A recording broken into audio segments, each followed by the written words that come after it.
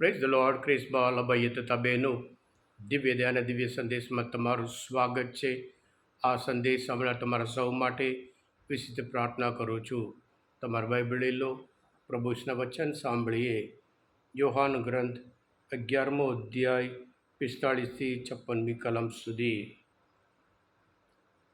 ઈસુએ જે કર્યું હતું તે જોઈને મરિયમને મળવા આવેલા યહૂદીઓમાંના ઘણાની તેમના ઉપર શ્રદ્ધા બેઠી.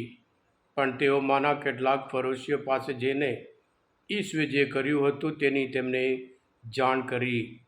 આ ઉપરથી મુખ્ય પુરોહિતો અને ફરોશીઓ વરિષ્ઠ સભા બોલાવી અને કહ્યું, અને આપણે કરીએ છીએ શું?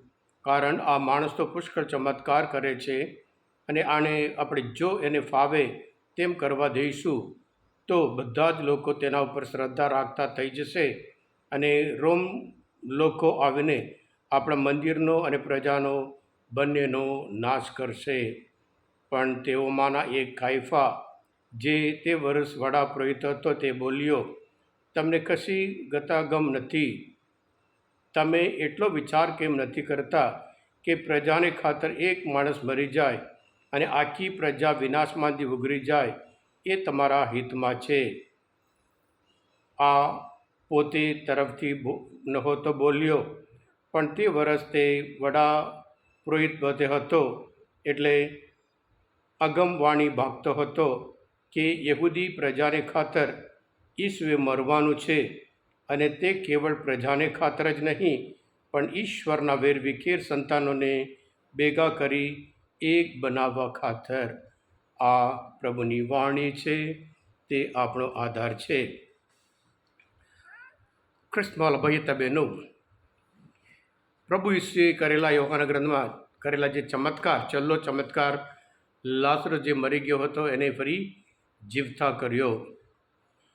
યોહાનનો એક ચમત્કાર એક ગૂઢ રહસ્ય સમજાવે છે. લાઝરસને જે જીવતા કર્યો એ દ્વારા પ્રભુ ઈસુ જીવન છે અને પુનરુત્થાન છે એ સમજાવે છે.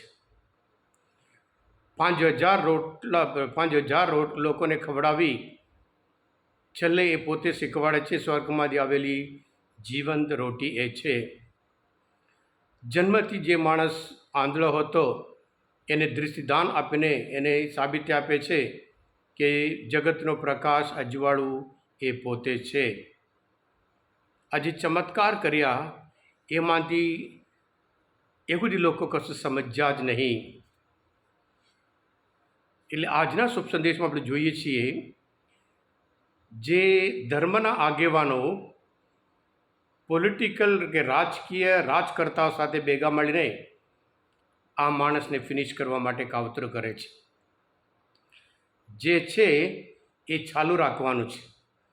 પણ આ ઈસુ એક વિશેષ વિચાર સાથે, વિચારસરણી સાથે આવ્યા હતા. એક ક્રાંતિવીર તરીકે આવ્યા હતા.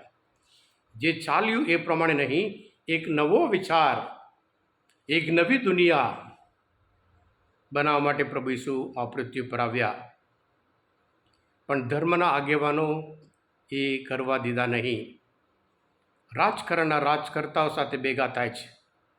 રાજકર્તાઓ કે આ લોકો માટે કશું કાયમી ફાયદો નહીં, પણ ટેમ્પરરી ફાયદો છે. અને જ્યારે ધર્મમાં વિરોધ થાય એ એમના ફાયદામાં છે. યહૂદી ધર્મના લોકો, યહૂદી માણસ વિરોધ એ લોકો કાવતરું કર્યું. અને કાયફા, જે વડા પુરોહિત હતો ત્યારે, જે કહે છે કે એક માણસ મરી જાય એ તમારા હિતમાં છે. અને સાથે સાથે કહે છે, રોમ લોકો આવીને તમારું મંદિર નાશ કરશે અને તમને પણ નાશ કરે, એના કરતાં એક માણસ મરી જાય એ તમારા હિતમાં છે. આ ભવિષ્યવાણી એ માત્ર આજના શુભ સંદેશમાં માત્ર પ્રજાઓને ખાતર નહીં, પણ ઈશ્વરના વેરવિખેર સંતાનોને ભેગા કરી એક બનાવવા ખાતર પ્રભુ ઈસુ એક દેશ માટે નહીં, પણ માનવજાત માટે આ પૃથ્વી પર આવ્યા હતા. આ બધા ભેગા થઈને પોતાનો વિચાર કરતા હતા, પણ પ્રભુ ઈસુ એમનો વિચાર બિલકુલ અલગ છે.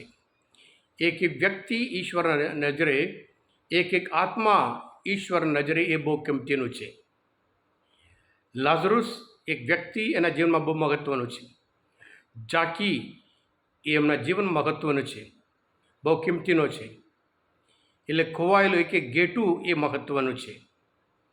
અને પ્રભુ ઈસુ આજે આપણે બધા જાણીએ છીએ આ તપઋતુનો છેલ્લો દિવસ છે. આવતીકાલથી પવિત્ર અઠવાડિયું શરૂ થાય છે, કષ્ટ અઠવાડિયું શરૂ થાય છે. પ્રભુ ઈસુ જે હેતુ માટે આ પૃથ્વી પર આવ્યા એમાં પ્રભુ આગળ વધે છે. પ્રભુ ઈસુ પોતે લોકના ગ્રંથમાં 22મો અધ્યાયમાં 19મી કલામાં કહે છે, આ મારું શરીર છે જે તમારી ખાતર અર્પણ થનાર છે, મારું સ્મારક તરીકે આ કરતા રહેજો. એ જ રીતે ભોજન પછી પ્યાલો લઈ, આ પ્યાલો તમારે માટે રેડનાર મારા લોહિત થયેલો નવો કરાર છે. માનવ જાતિની મુક્તિ માટે પ્રભુ પોતે પોતાનું જીવન આપે છે અને પોતાનું લોહી પણ વહેવડાવે છે. માનવ જાતિની મુક્તિ માટે જાતનું સંપૂર્ણ રીતે આહુતિ તરીકે એ અર્પણ કરે છે. હા કૃષ્ણવાલા ભાઈ હતા બહેનો, આજના મનચિંતન શાસ્ત્રપાઠ સમજવા માટે, પ્રભુ ઈસુના હેતુ ઓળખવા માટે તમને સમજ્યા હોય આ દિવ્ય સંદેશ તમે પોતે સબસ્ક્રાઈબ કરજો અને બીજા માટે પણ ફોરવર્ડ કરજો, કારણ તમે બધા આશીર્વાદિત છો, અભિષેક્ત છો. પ્રભુ ઈસુ, હું તમારામાં વિશ્વાસ રાખું છું.